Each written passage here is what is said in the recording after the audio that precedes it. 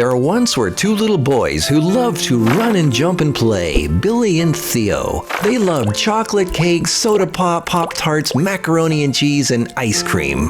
They got sick all the time, but they didn't care. One day, Theo's family moved to nearby Wellville, and the boys had to say goodbye. It was a sad day, so Billy ate more ice cream. As the years went on and Billy grew into a man, he became sicker and sicker. He gained a lot of weight and his hair started falling out. He took lots and lots of pills all the time. He was in a lot of pain, so they gave him shots for the pain and the diabetes which he now had.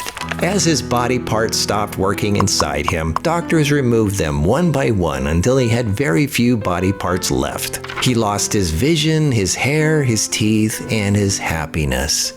And when he was 58, Billy died. What happened to Theo? Well, the third day he was in Wellville, he told his teacher he didn't feel well and asked if he should take a pill.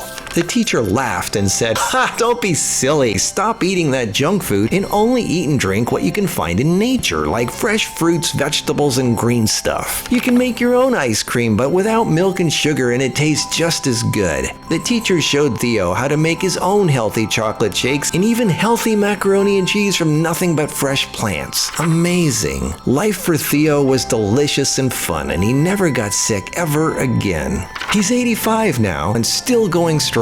He's still thin, still has his hair, his teeth, great eyesight, lots of energy, and he's very happy. Except when he thinks of his friend Billy. Oh, what a life they could have had together.